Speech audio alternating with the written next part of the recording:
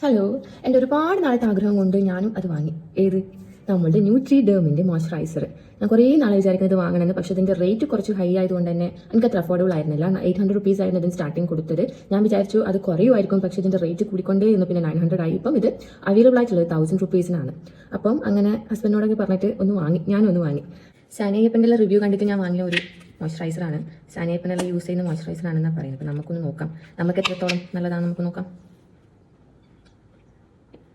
അങ്ങനെ ഓയിലി സ്കിന്നിന് ഇങ്ങനെ ഡ്രൈ സ്കിന്നിന് വേറൊന്നും അങ്ങനെയൊന്നുമില്ല.